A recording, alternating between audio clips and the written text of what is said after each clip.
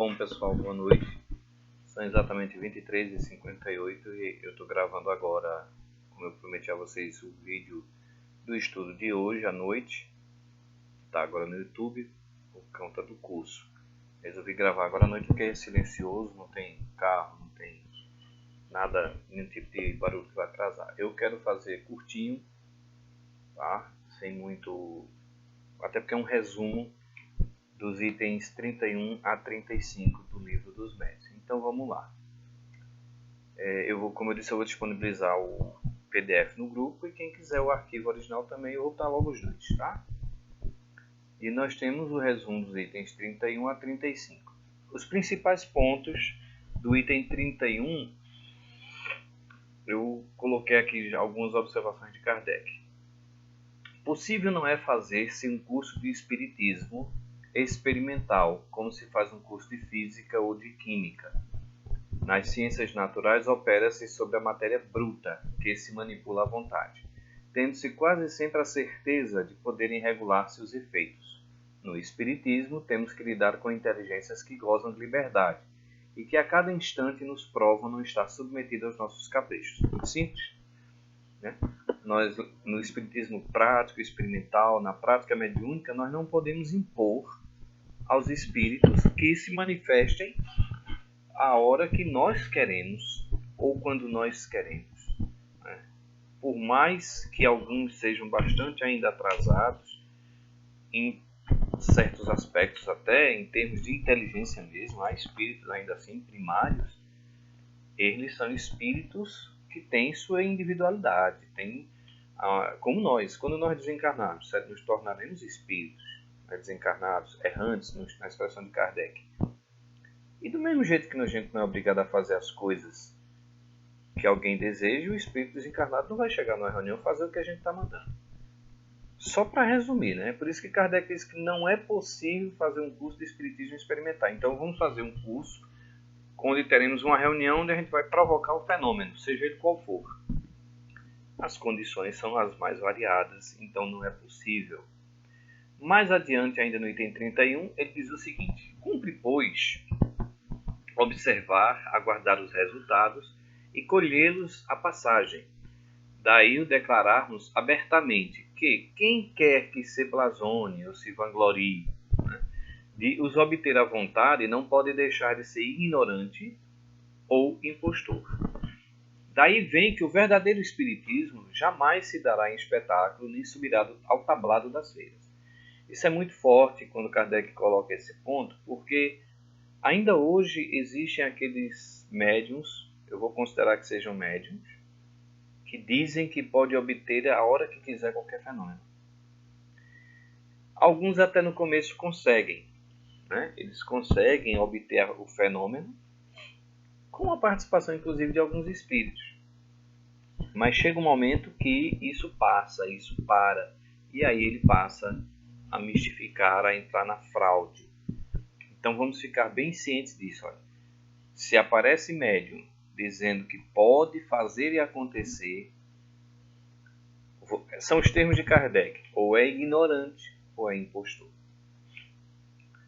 Mais adiante, ainda no item 31, Kardec coloca o seguinte: o meio, aliás, muito simples, de se obviar a este inconveniente consiste em se começar pela teoria. Aí todos os fenômenos são apreciados, explicados, de modo que o estudante vem aí vem uma lista, conhecê-los, né? A lhes compreender a possibilidade, a saber em que condições podem produzir-se e quais os obstáculos que podem encontrar. Eu não vou abrir o leque para falar da prática mediúnica não espírita, tá? A gente tem que respeitar, mas a prática mediúnica espírita, ela se regra pelas orientações trazidas no Livro dos Médiuns. Mas tem lugar por aí que o cidadão chega e já desenvolve a mediunidade assim assado. É um direito deles. Né? E cada médium é uma situação diferente. Na casa espírita, nós temos que seguir a orientação, não cabeça fechada, por favor. Não é que a gente vá fazer dos médiuns um robozinho, não é isso. Mas começar pela teoria, como ensina Allan Kardec. Porque aí você vai conhecer, saber como é que a coisa funciona, como é que um espírito se comunica, como é que um espírito provoca uma manifestação de efeitos físicos, como é que ocorre um fenômeno de voz direta, como é que um espírito consegue fazer uma escrita direta. Se a pessoa não tem a teoria, não conhece a base, ele vai ser tendencioso, nós vimos na semana passada, a dizer que aquilo é uma fraude. Ora, esse pessoal está dizendo que o espírito aparece numa fotografia, como assim? Isso para a gente começar. Então ele diz, olha, conhecer. A teoria permite conhecer toda a base do fenômeno. Compreender qual a possibilidade desse fenômeno acontecer, né? Se é possível, se não é possível, quais as condições em que ele pode produzir-se. Porque a gente tem que lembrar que o médium é um ser humano com emoções e sentimentos. Não é uma máquina, como o próprio André Luiz na sua obra, eu não lembro agora qual livro, gente. Não lembro se é nos domínios da mediunidade. O próprio André Luiz questiona, afirma, julguei que o médium fosse uma máquina. E o mentor diz, mas a máquina também gasta. E é sujeita a interferências. Mas o médium não é uma máquina. Não é um transmissor mecânico que recebe a comunicação automaticamente e não exerce influência sobre ela. Quais os obstáculos que pode encontrar? Que são muitos. A gente não vai agora discutir esses obstáculos aqui, porque senão ia ficar muito longo o vídeo. Então, já começa esses principais pontos citados por Kardec no item 31. Adiante, ele diz o seguinte. Então, qualquer que seja a ordem que se apresentem, o fenômeno, nada terão que surpreenda. Este caminho ainda oferece outra vantagem, a de poupar uma imensidade de decepções. Então eu vou assistir uma reunião, sabendo como ocorre um fenômeno mediúnico, aquela formulazinha, médium, mediunidade, fenômeno mediúnico. E nesse componente tem que ter quem? O espírito. Então você tem o médium, o espírito, a mediunidade, produzindo o chamado fenômeno mediúnico. Se você sabe a teoria, você sabe que muitas vezes o fenômeno pode não acontecer. Eu já participei de mediúnica que não teve uma comunicação. Quais foram as razões? Não cabe aqui agora, mas existiram razões. Algumas podem ser positivas, outras podem ser negativas. Então, você leva uma pessoa que não conhece a teoria, não conhece a doutrina, não estuda, mete ela numa sala mediúnica, numa reunião mediúnica. Qual a condição que ela vai ter de observar aquela reunião? Como nós falamos quarta-feira passada. Ela vê dois médiuns psicografando, cada um com uma característica diferente. Ela não entende como é o processo. Ela vê um médium em psicofonia, ela não vai entender o processo. E se de repente um médium diz, olha, eu senti isso, pressenti aquilo, eu vi aquilo outro, ela vai achar que aquilo tudo é conversa mole, que é engodo, ou que é um bando de malucos. Então você tendo a teoria, você sabe perfeitamente. Aquela velha história, O espírito entra no médium, ele incorpora, o espírito não entra dentro de ninguém. E aí vem a questão de poupar decepções, porque se você sabe as condições que aquilo acontece, você sabe perfeitamente que você pode tentar um fenômeno mediúnico e ele não ocorrer, por diversos fatores. Vamos lá. Kardec, mais um trechinho do item 31, ele fala de pessoas que participaram, ele cita vários casos de pessoas aqui, que participaram de uma reunião onde teve o fenômeno mediúnico, e veja o que ele coloca. Que se conservaram indiferentes ou incrédulos diante dos fatos mais positivos. O cara viu uma mesa girando, subindo no ar, batendo. Enfim, é fraude, é truque, é um engodo, enfim, uma mistificação. Esse pessoal está tentando me enganar. Que se conservaram indiferentes ou incrédulos diante dos fatos mais positivos. Só posteriormente se convenceram mediante uma explicação racional. Aí ela começou a associar a teoria com aquilo que ele viu, que era a prática. Quantas outras que se predispuseram à convicção pelo raciocínio. Elas começaram a raciocinar, tiveram análise dessa teoria, e quantos, enfim, que se persuadiram sem nunca nada terem visto, unicamente porque haviam compreendido. É aquele cidadão, aquela pessoa, que acredita no fenômeno porque ele leu a teoria. Não teve, infelizmente, a oportunidade da prática. Tem um caso bem em relação a esse primeiro item, que se conservaram indiferentes ou incrédulos diante dos fatos mais positivos, de um cidadão, eu já citei há muito tempo em nosso estudo presencial, de um cidadão que estava numa reunião de efeitos físicos, de materializações, quando o espírito estava materializado, ele acreditando piamente que se tratava da médium aplicando uma fraude. Se trocava lá de roupa na cabine e vinha se fingindo passar pelo espírito. E aí, vejam como é a consequência do que Kardec está dizendo, você compreender a teoria. Levaram um cidadão que era incrédulo para tentar forçar a convicção. Porque quando vai levar uma pessoa dessa é para tentar forçar a convicção. O cara vai ver um espírito materializado e ele vai acreditar. Não tem discussão. E aí ele agarra o espírito materializado e exige que ele se desmaterialize, já que ele é um espírito.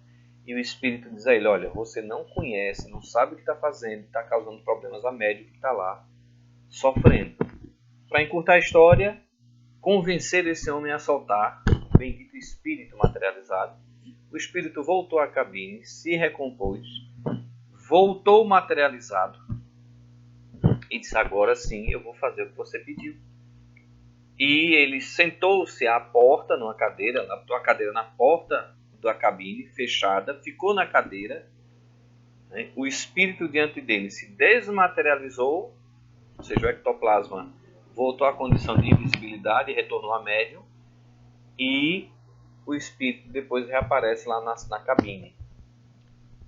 Nossa, que prova extraordinária, né? Quando todo mundo olhou para aquele cidadão e disse, com certeza vocês fizeram um truque.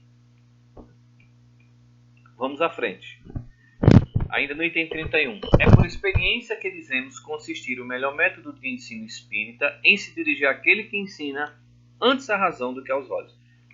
O cidadão viu o espírito se desmaterializar diante dele, sentado na frente da porta, numa cadeira lá, para tentar impedir qualquer truque, e mesmo assim ele disse que foi um truque. Porque ele não teve... Aqui buscaram primeiro mostrar aos olhos dele, né? Mostrar o fenômeno, o efeito, o resultado de uma prática mediúnica. E ele não sabia a teoria, ele não sabia como é que um médium de efeitos físicos funciona. Então vejam que é um caso emblemático, não é isso? Vamos lá. Item 32. É bem resumido mesmo que eu vou fazer, gente. Ainda outra vantagem apresenta o estudo prévio da teoria, a de mostrar imediatamente a grandeza do objetivo e o alcance desta ciência do espiritismo. O espiritismo não existe, a parte experimental do espiritismo não é para nossa recriação. Não é para provar a A ou a B. Não é para provar que o espírito está lá do outro lado. Não é isso. É uma prova natural, evidente. O espírito se comunicando, como o primeiro livro de Chico Xavier, Parnaso do Além-Túmulo, centenas de poetas dos seus diversos estilos, e ainda tem gente que diz que Chico Xavier fraudava. Então a grandeza e o objetivo da doutrina espírita foi a mesma visão que Kardec teve quando foi assistir às famosas mesas dançantes, e ele viu mais do que uma diversão dos salões parisienses. Ele viu toda uma revolução filosófica, religiosa e científica que nascia das ridicularizadas mesas girantes. Mesmo quando estes fenômenos não existissem, ainda ficava uma filosofia que só ela resolve problemas até hoje insolúveis, que só ela apresenta a teoria mais racional do passado, do homem e do seu futuro. Me veio à mente agora, assim, eu não lembro, nem pesquisei isso porque eu me lembrei agora. Eu não lembro quem foi que disse isso, vocês podem pesquisar, que se Deus não existisse, seria preciso inventá-lo para a felicidade do gênero humano. Guardadas as devidas proporções, é a mesma coisa. Não tem fenômeno, mas alguém achou de criar uma teoria, né? E a gente sabe que, como diz Kardec, o Espiritismo está no ar. No Livro dos Espíritos diz, essa doutrina é tão antiga quanto a humanidade, está em todos os lugares. Então é uma filosofia que lhe explica de onde você vem, por que está na Terra e para onde você vai. E o mais importante, o que acontece comigo quando eu morro? Existe reencarnação, mundos habitados, os espíritos dos mortos podem se comunicar. É toda uma revolução, gente, que se operou diante das crenças materialistas. Não é? Mais adiante, ainda no item, agora vamos para o item 33. O fone aqui está dando um pequeno barulhinho, não sei se vai atrapalhar a audição de vocês. A teoria lhes vem dar a explicação, e afirmamos que esses fatos têm grande peso quando se apoiam em testemunhos irrecusáveis. Então a teoria, mais uma vez, Kardec está batendo nessa tecla, de dizer que você estude primeiro, entenda primeiro como se passa o fenômeno. Quando você vira o fenômeno, aí você vai associar uma coisa à outra. Eu lembro que Divaldo, ele no livro Diretrizes de Segurança, ele e Raul Teixeira, nesse livro, Perguntas e Respostas, ele fala uma coisa bem curiosa. Ele cita lá, o cidadão entra num laboratório e tem uma fórmula lá de química, de um produto, que para ele é uma fórmula cabalística, né? Aquelas fórmulas de química que são terríveis de entender. A única que eu lembro eu lembro de duas, né? CO2, O2 e H2O, essas são as que eu lembro, acabou-se. Além disso, não vai mais nada. Mas eu via minha filha estudando, aí pegava aquelas fórmulas enormes de química. Eu disse, meu Deus, isso aí para mim é grego. Para quem está estudando não é. Para quem está vendo a teoria não é. E se tivesse aula prática de química, né, aí ele ia saber, olha, isso aqui é um tal componente, isso aqui, essa fórmula aqui é isso aqui. Cuidado com esse produto, e essa fórmula é justamente um explosivo. Então, se você não tem teoria, começa pelos fatos. Ah, Claudio, mas tem gente que só venceu pelos fatos. Sim, tem, lógico que vai ter sempre. Tem essas pessoas. Mas não é a esmagadora maioria. É muito pelo contrário. E ele diz o seguinte, que esses fatos têm grande peso quando se apoiam em testemunhos irrecusáveis. Seja de pessoas idôneas, né? Seja porque você, como William Crookes, que foi estudar o fenômeno de materialização, teorizou, pesquisou, analisou e comprovou que os fatos eram reais. Não foi aceito, evidentemente, né? Porque a academia não tem essa humildade. Item 34. Foi bem resumidozinho. Aqui nesse item 34, Kardec faz uma colocação bem clara, demonstrando que ele não é contra o fenômeno. Singularmente, se equivocaria quanto à nossa maneira de ver quem supusesse que aconselhamos se desprezem os fatos. Pelos fatos foi que chegamos à teoria. Ah, mas não tem fenômenos. É porque são alguns aspectos complexos. Vamos lembrar do que Kardec dizia o seguinte. Vocês vão lembrar quando eu falei daquele negócio do tambor, né? Quando o batalhão está de pé, o tambor para de tocar. O fenômeno chamou a atenção. As mesas girantes. Kardec foi lá e viu a filosofia por trás do fenômeno. Hoje existe o fenômeno. Eu escuto de vez em quando alguém diz, mas não tem tanto fenômeno. Tem. Por aí fora tem. Só que hoje nós evoluímos, gente. Nós saímos do ABC.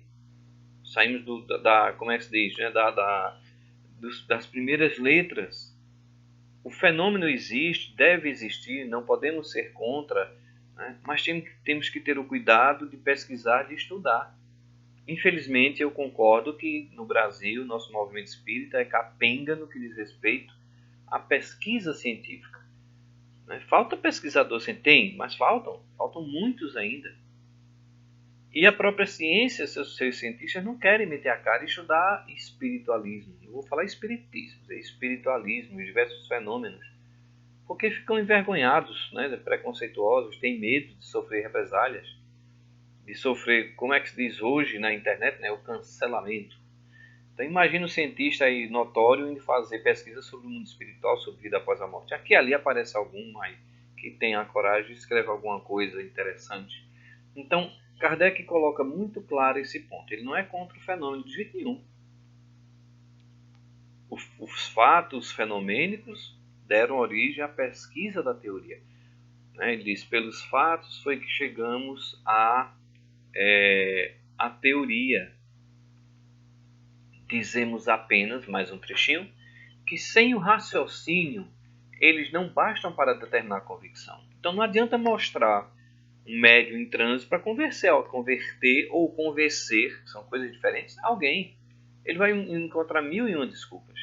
Que uma explicação prévia, pondo termo às prevenções e mostrando que os fatos em nada são contrários à razão, dispõe o indivíduo a aceitá-lo. Dispõe, não quer dizer que ele vai aceitar. Então é aquela história, como é que o espírito se comunica? Como é que o espírito psicografa? Como é que o espírito psicofoniza? Como é que ele faz uma pintura mediúnica? Aí você vai entender como é que ele faz. Como é que, por exemplo, Eusápia Paladino, que era uma médium que tinha fenômenos de desmaterialização. Se vocês tiverem a oportunidade de ler, acho, se eu não estiver enganado, Missionários da Luz, na reunião de efeitos físicos com o mentor Alexandre, eles transportam uma pequena flor, imaginar que isso aqui é uma florzinha, né?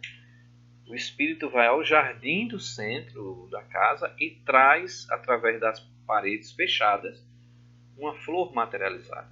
Não vou entrar nos detalhes, leiam lá o Missionários da Luz, tem na internet para baixar. Né? E eu acho curioso que os físicos conseguiram fazer isso com um átomo, os espíritos fizeram isso com o corpo inteiro. Logicamente, porque a física que existe do lado de lá, a física, vou dizer assim, talvez eu fale uma besteira aqui, a física quântica da vida espiritual está evidentemente está acima de todo o conhecimento científico do mundo. Então, se você tem a teoria, a base, você sabe como aquilo acontece, então você começa a entender que aquilo é possível, né? Que não é contrário às leis naturais. Muito, na verdade, faz parte de uma lei que você desconhece. Mas aqui nós vamos para o item 34, terminando aqui, ó, esquecer curtinho, né? Já que hoje a gente não vai ter a interação, mas já vou adiantando que vai cair na avaliaçãozinha, tá? Então assista uns 20 minutinhos aí, 30 minutos de vídeo. A inteligência prévia dos fatos não só coloca em condições de se aperceberem de todas as anomalias, mas também de apreenderem um sem número de particularidades, de matizes, às vezes muito delicados, que escapam ao observador ignorante. A pessoa leiga, o neófito, né, ele vai passar batido em muitos aspectos. A experiência prática, aliada ao estudo teórico, eu gosto. Vocês sabem que eu sou o fã número 1 de carteirinha do item 230 do Livro dos Médiuns. Para mim, aquilo ali é chave. Todo o Livro dos Médiuns ali, todo o Livro dos Médiuns, isso é uma opinião pessoal, viu, gente? Pode estar errada, um medalhão aí pode dizer diferente, mas para mim a chave de toda a análise de uma fenomenologia, de uma comunicação, está no item 230 do Livro dos Médiuns. É melhor rejeitar 10 verdades, aceitar uma só mentira, uma só teoria falsa. Erasto. Então, se você estuda a teoria, compreende como os fatos acontecem, o fenômeno, é como diz Kardec, você fica em condições de perceber eventuais anomalias, né? As particularidades, matizes, que passam despercebidos numa pessoa iniciante. Eu devo ter passado despercebido em muita coisa. Lembram do caso que eu citei de um palestrante que veio aqui para Garanhuns? Ele contando que ele é juiz aposentado e ele disse que antes de ser juiz ele foi, como é que chama, gente? Coroinha, né? Aliás, seminarista. Naquela época que a missa era rezada em latim. E aí você aprendia o Pai Nosso em latim, a missa toda em latim. E ele conta que numa reunião mediúnica sempre vinha um espírito afirmando ser padre. E foi uns 3 meses esse espírito enganando ele, até que um dia ele disse, eu vou aprontar uma com esse cidadão. Então, ele passou 3 meses. Aí numa dessas vezes ele chegou para o tal do espírito que se afirmava padre e disse, depois de conversar, e vamos fazer uma prece, vamos rezar o Pai Nosso. Eu começo, você conclui. E ele começou o Pai Nosso em latim. E até hoje o espírito está correndo dele. O espírito está correndo dele porque não era um padre desencarnado. Coisíssima nenhuma. Vejam que foram 3 meses ele sendo enganado. Porque a gente está lidando, como nós vimos lá atrás, com inteligências desencarnadas, com espíritos desencarnados. Alguns são bons, outros não. Alguns querem enganar e outros não. Então, se a gente não estudar a teoria, não tiver essa segurança, essa chave do item 230 do Livro dos Médiuns, a gente vai cair em equívocos. E está aí, cheio de livro mediúnico, de baixa qualidade. Aqui e ali escapa uma coisa. Né? A gente deve ler sim, agora tem que ter muito critério. E o que tiver que disparar, como se diz, acender o sinal amarelo, algumas vezes até o sinal vermelho, mas acender o sinal amarelo, vamos para Kardec. Nós espíritas, quem não é espírita vai para onde quiser ir. Se quer usar Kardec como paradigma, use. Como parâmetro, use. Não, a gente não usa, a gente faz assim, usa tal conceito de tal pessoa. É um direito seu, mas nós espíritas, desculpem, na casa espírita temos que seguir Kardec. Para concluir, vem o item 35, que na verdade o item 35, Kardec apenas aconselha quem quer conhecer o espiritismo, estudar a teoria, ler 4 livrinhos, 4 obras, né? O que é o Espiritismo, todo mundo já conhece, aquelas famosas entrevistas, fora o conteúdo que tem lá doutrinário. O Livro dos Espíritos, que é a base da doutrina. Não vou estudar o Livro dos Médiuns sem estudar o Livro dos Espíritos. O próprio Livro dos Médiuns e, olha que coisa, a Revista Espírita. A Revista Espírita. Kardec orienta a gente a ler a Revista Espírita. E o curioso, a gente vai associar aqui e vai colocar também as outras obras de Kardec e as obras subsidiárias, né? Então, gente, conhecer a doutrina espírita é estudar. Esse é o resumozinho que eu fiz aqui desses 3 itens, né? Porque a gente está chegando aí. Desses 3 itens não, do item 31 a 35. A gente está chegando no final do ano e vamos ter aquela pequena avaliação que eu vou fazer do capítulo todo, vai ser bem tranquilo, tá certo? Obrigado pela atenção, né? Eu vou agora mandar o vídeo para o YouTube e amanhã eu coloco o link no grupo. Um grande abraço para todos.